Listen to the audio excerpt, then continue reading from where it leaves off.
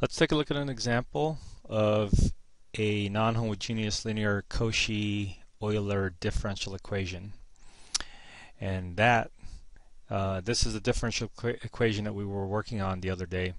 Let's take a look at the actual problem here. It's x squared y double prime minus x y prime plus y is equal to 8x. And we put in some stuff here that didn't work out, so what I want to do is I want to redo this problem over again. And if you remember, the way to do this is to first find the homogeneous differential equation when this is set equal to 0. We're going to find our fundamental solutions, y1 and y2, and then we're going to use those to use the variation of parameters to find a particular solution. Alright, let's get started. And what we're interested in doing first is to take this differential equation and set it equal to 0 and then find the homogeneous differential equation first. If you remember doing this, what we first attempt to do is we assume that our solution is going to be of the form x to the m, and then we're going to take this expression and put it into this differential equation and then solve for m. So in order to do that, we need y prime, which is going to equal x to the m minus 1, and then our y double prime will be similar. It'll look like x to the m minus 2, and then you have m times m minus 1, which is the previous power. So we have our first and second derivatives identified here. So now what we're going to do is we're going to take that information and replace our derivatives. So our second derivative here will get replaced by what we found to be our second derivative, which is m minus 1 x to the m minus 2. Our single prime here will get replaced by what we found to be our first derivative. And then finally, our y is equal to x to the m. That's what we had assumed. Now, if you notice, we have x squared and x to the m minus 2 multiplied together will give you x to the m. We have x times x to the m minus 1 multiplied together will give you x to the m, and we have x to the m. So each of these three terms has an x to the m in it. So we can think about having that factored out. And what we're going to have left is an m squared minus m. So that's from the first term. From the second term, we have another negative m. And then from the last term, after factoring out an x to the m, we'll have just a 1. Well, we're really just concerned about the m because x to the m, assuming x is in 0, we can just take that out.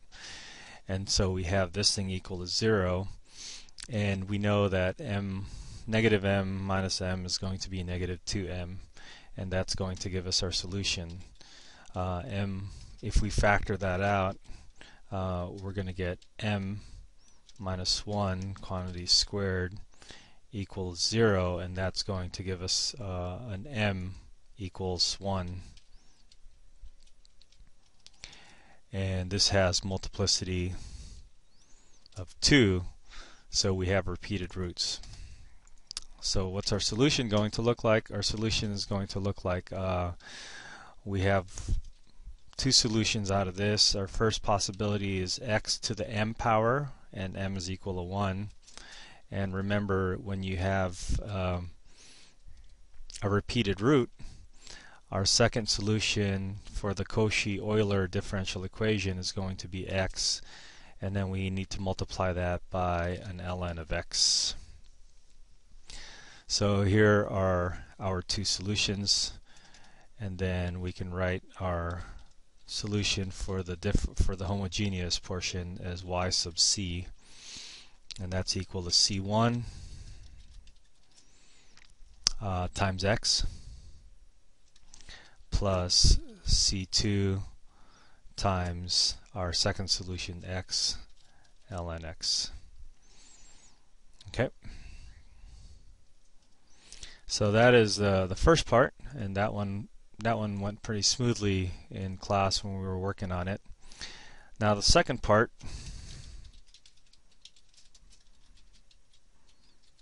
requires us to use the variation of parameters, and what we need here is we need to know that we need to find our f of x function. Our f of x is the right hand side of a differential equation. Now unfortunately that's not exactly how the variation of parameters work. The variation of parameters looks at the right hand side of a differential equation in standard form. So looking at the textbook, we start off with a general differential equation, but we want to write this in standard form to be able to use this technique. Okay, so that's an important piece of information. Let's take a quick picture of that, and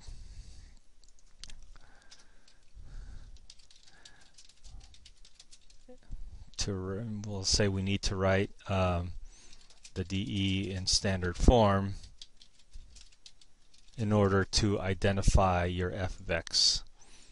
Okay, so this is what we're looking for, which means we take our differential equation and we need to make that initial coefficient equal to 1.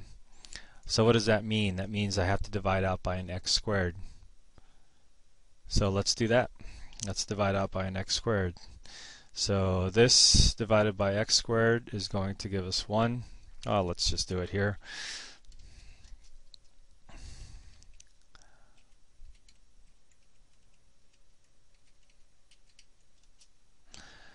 And then this thing divided by x squared will give us 1 over x. And here we don't have anything here. Well, we can still divide by x squared. And more importantly, the right hand side divided by x squared is what we want to eventually get. So what is this going to look like? Well, let's simplify it a little bit. We actually don't care about most of these other terms, but we can just do a little bit of simplifying. So this is just going to be 1 over x. This is going to be 1 over x times y, just so we can write it neatly. Again, it doesn't really matter. What does matter is this right hand side, and that simplifies to just 8 over x. So this is what's going to be important for us to get.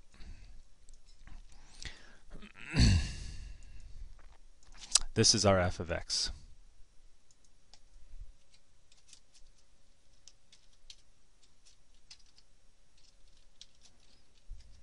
Oops.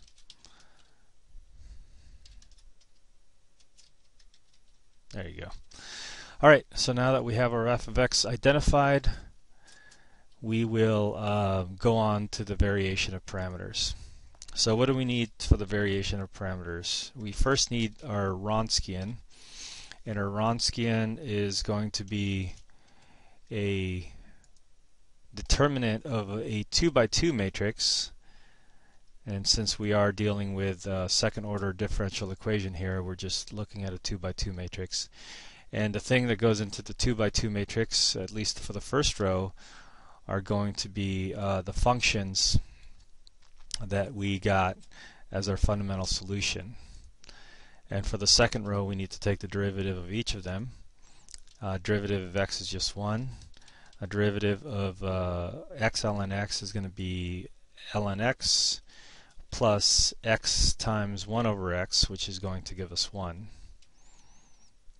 And if we go ahead and work out this determinant, we're going to get x ln x plus x. That's the product of the diagonals, minus the product of the wings is just going to be 1 times x ln of x.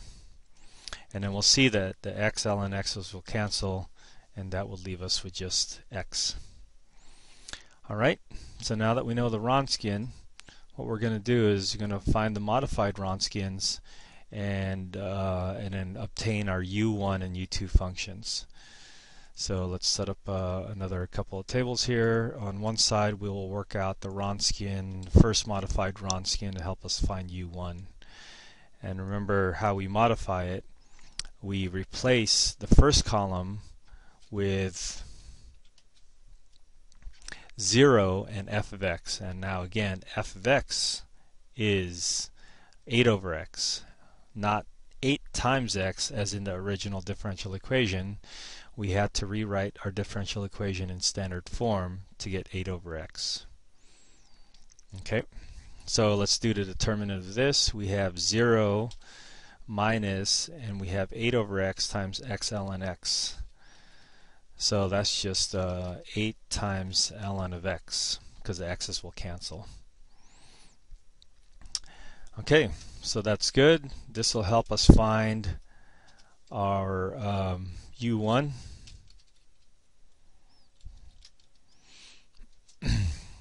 First we need to find u1 prime, and if you remember that u1 prime is equal to w1 divided by w, and w1 we found to be minus 8 times ln x, and then w is equal to x. So that simplifies to, well, it doesn't simplify to much, it's just that's what it is. But we need to find out what its antiderivative is, because this is a derivative of u1. So to find the original u1, we need the antiderivative of this. Now how's this going to go? Let's take out the negative 8 as a constant, and let's think it through without writing it down. We have ln x divided by x. So the derivative of ln x is x, so that would be a good candidate for u. We have u is equal to ln x. The derivative of ln x is 1 over x, so that will cancel. Now the antiderivative of u is u squared over 2. So we get an extra 1/2 in there.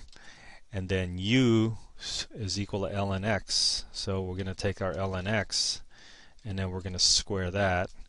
And that is going to be our function u, or u1. Alright, just a quick simplifying. We have 8 divided by 2 with a negative, so that's negative 4. And then we have ln of x quantity squared. So that's u1. Now let's see if we can find u2. Same process. We'll start with our Wronskian, and we're going to modify our Wronskian by changing the second column this time. The first slot in the second column goes to 0. The second slot in the second column is our f function, which remember is 8 over x. The determinant, x times 8 over x, that looks like it's just going to be 8. And then minus 1 times 0, so that's just 8. Our u2, I don't know why it's red.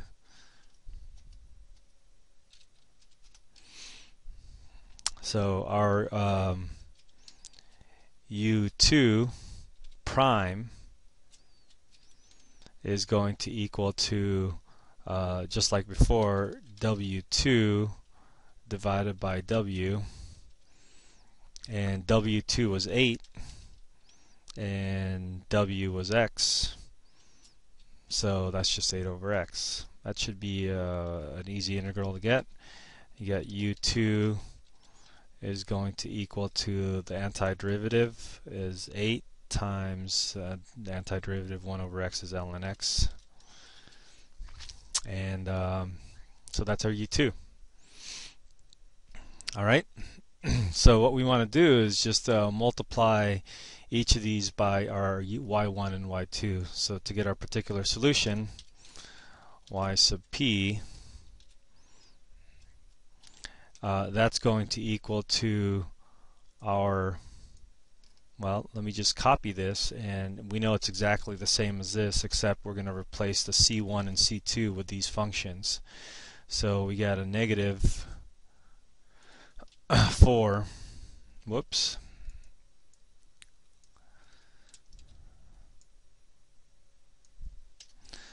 so we have a negative 4 ln x quantity squared, and then we're going to replace the c with an 8 ln x.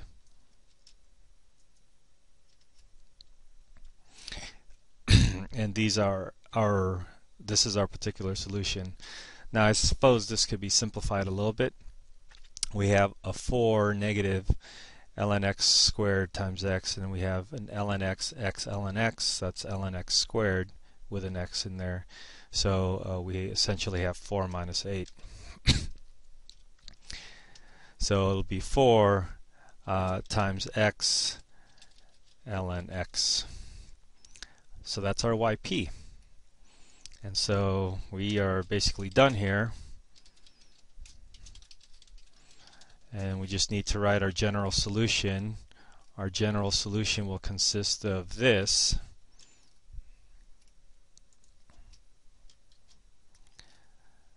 Let's try that again. Our general solution,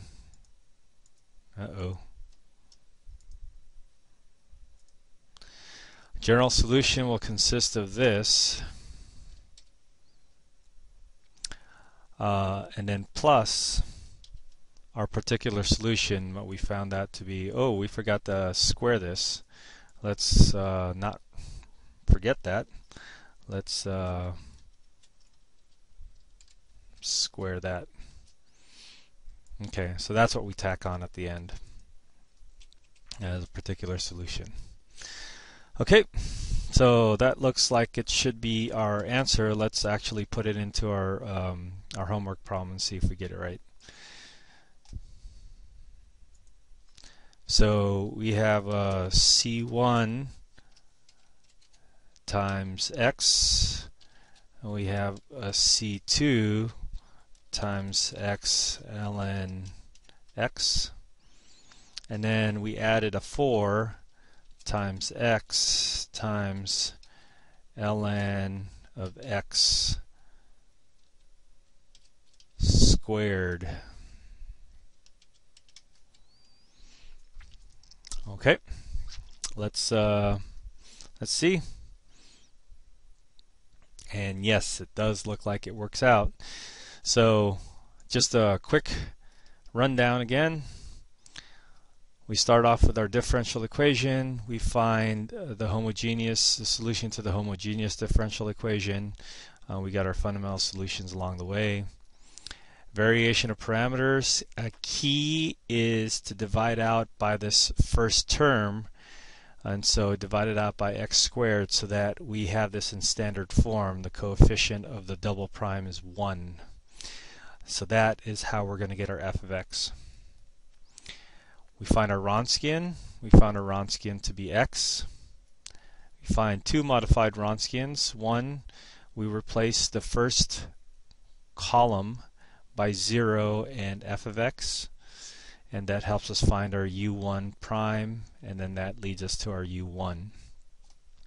Do the same thing for the second modified Wronskian, but this time we replace the second column with 0 and f of x.